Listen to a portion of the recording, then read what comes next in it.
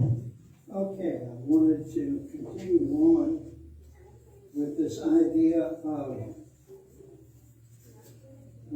events and conditions in the last days that point to the rapture and the days that follow that, the 7 years that follow that. And so I figured one of the best ways of doing that, we've already looked at 1 Thessalonians 4. We looked a little bit over in the Gospel of Luke, chapter 17. We haven't touched on 20 yet. We will.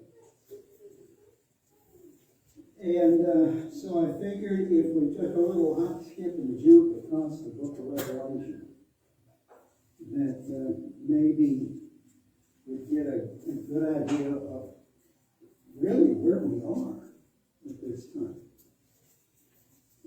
We are, I believe, right in the crook of the turn that is going to lead to the rapture and the tribulation. Really do. I believe it could be at any moment. The Bible tells us it's imminent. That means that it's in a moment. Therefore, these other elements that we're looking at, the things that take place afterward, they are things that will greatly impact and pertain to the people who are left upon the earth at this time and later on, however long that goes. Now, I'm not going to set dates. I am not going to guarantee that the rapture is going to happen tonight at 12:37 a.m. or anything like that, or even that it is that close. But it is close. And that's the point I want to make. We've been given the elements to look for, the conditions in politics and in geography and geology and all kinds of other things. And if we look at them, we can't help but to draw the conclusion that Jesus Christ is coming soon. That, along with the fact that Jesus spoke of it in the Gospels, when he did speak of it, as a very soon to happen event.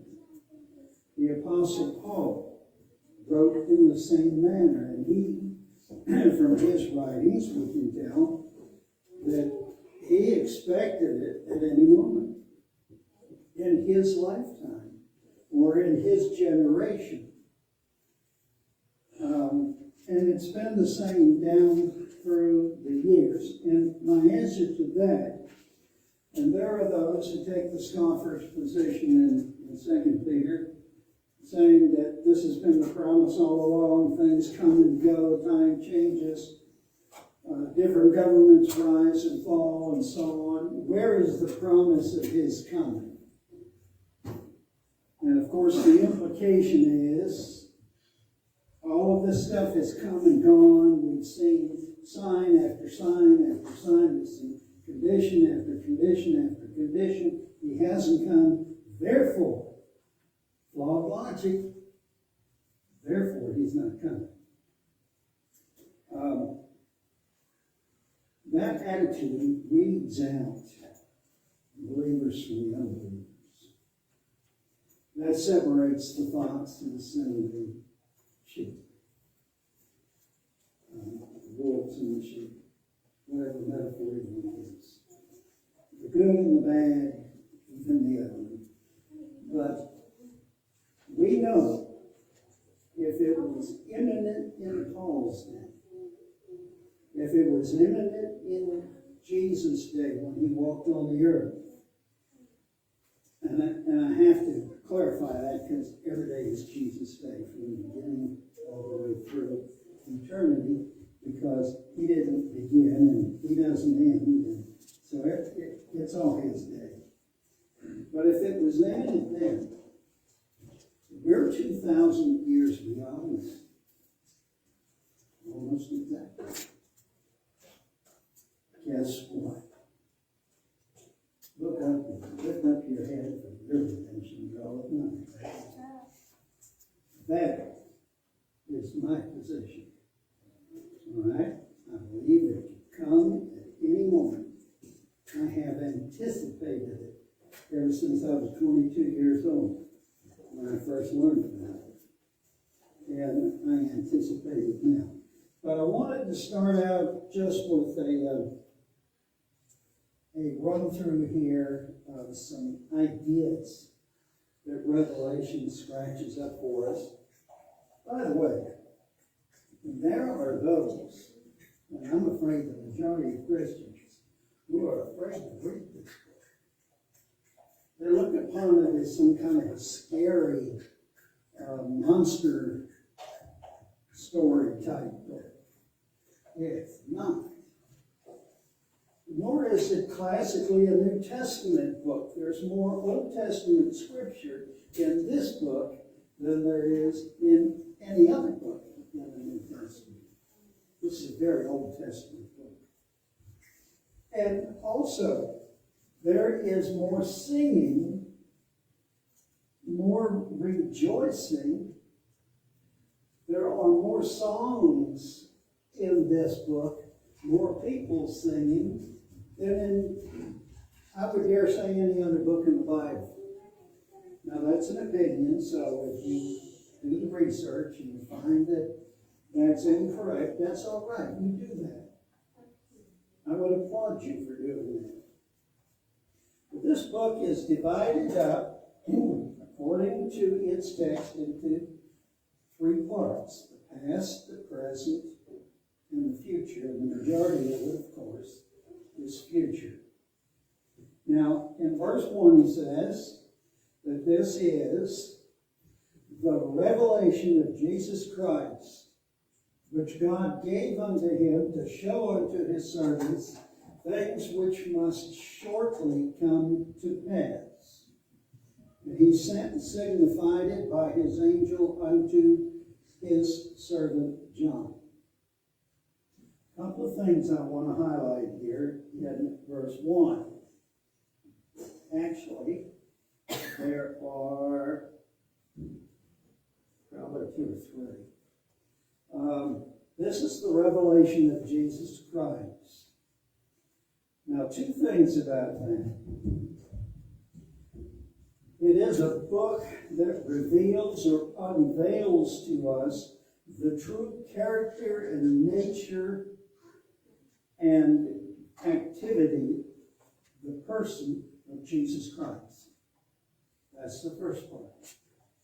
The second part is that this revelation is not only about Jesus Christ, but all the things that he intends to do until he comes to set up the eternal kingdom.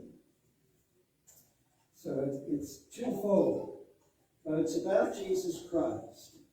And I know I irritate people when they make the mistake of calling this the book of Revelations, because it's not the book of Revelations, plural. The word apocalypse is singular. It is the revelation. The revelation of Jesus Christ. Who he is, and what he's doing, what he does. Okay?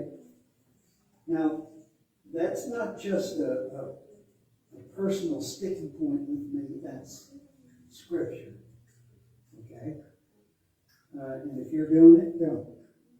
If you have done it, stop it. But this is the revelation of Jesus Christ, which God gave unto him to show unto his servants things which must shortly come to pass. Now there's that indication again, that it's not a long, long, long way off. Now if you could think in the terms of eternity as God does, it's not a long, long, long way off. It is many generations in human understanding and thought, but that's not a long, long, long time. Generations, 80 years, thereabouts. Maybe 70. The psalmist tells us that the average age is 3-4 years and 10. For adventure, that is, by the grace of God, it may stretch to 80. And some have stretched it even farther. Personally, I hope my rubber band isn't that long. But we have no idea. But those are short lifespans.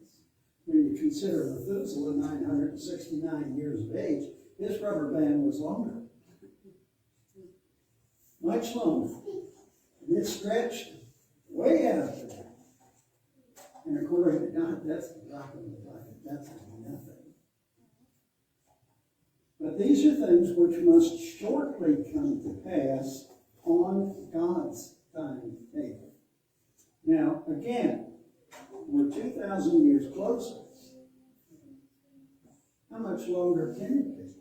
Well, it could be quite a long while. But when we look at the indicators that we've been given, and we know these things travel in order, in succession, then we know that we better get busy doing what we're supposed to be doing, not only living for Jesus, but speaking for Jesus and winning souls to Jesus. That's why he left us here. It isn't because we're such a wonderful work of art that we really decorate the earth well. Yes, we are the servants of Christ, and we're here to John. All right, we made it all the way through verse 1. And we're going to pick up after verse 1 next time.